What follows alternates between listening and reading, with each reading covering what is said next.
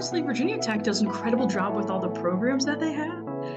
So my freshman year, I got into the Rising Sophomore Abroad program. So really quickly, I was able to see why the topics I was studying had a global impact. And that to me was extremely important. And then as I progressed in my career, I was able to get into other more academic focused extracurriculars. So with the ambassador program, I was able to establish really awesome relationships with my advisors, which is still super fundamental to me even to this day as an alumni.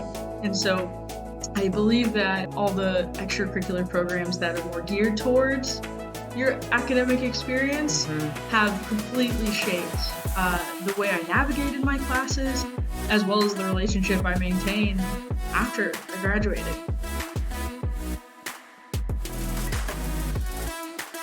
Dr. Hudait and Dr. Lester are two great professors.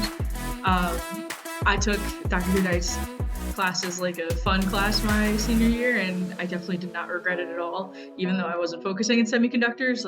I knew that taking a class with an Energizer bunny like him would have been worth it, and it definitely was. Other than that, yeah, Dr. Cooper had a very impactful fundamentals of computer engineering class that I took, and to this day I still carry a lot of the logic principles that I learned in that class onward. E-Fields 2 was a great time, as well as all the other, I would say more interdisciplinary classes. With the controls, robotics, and autonomy class, I got to take a kinematics course, which was super interesting, and once again a different perspective to a linear algebra problem I had solved before. And so I really enjoyed getting that different application to a problem I had already solved.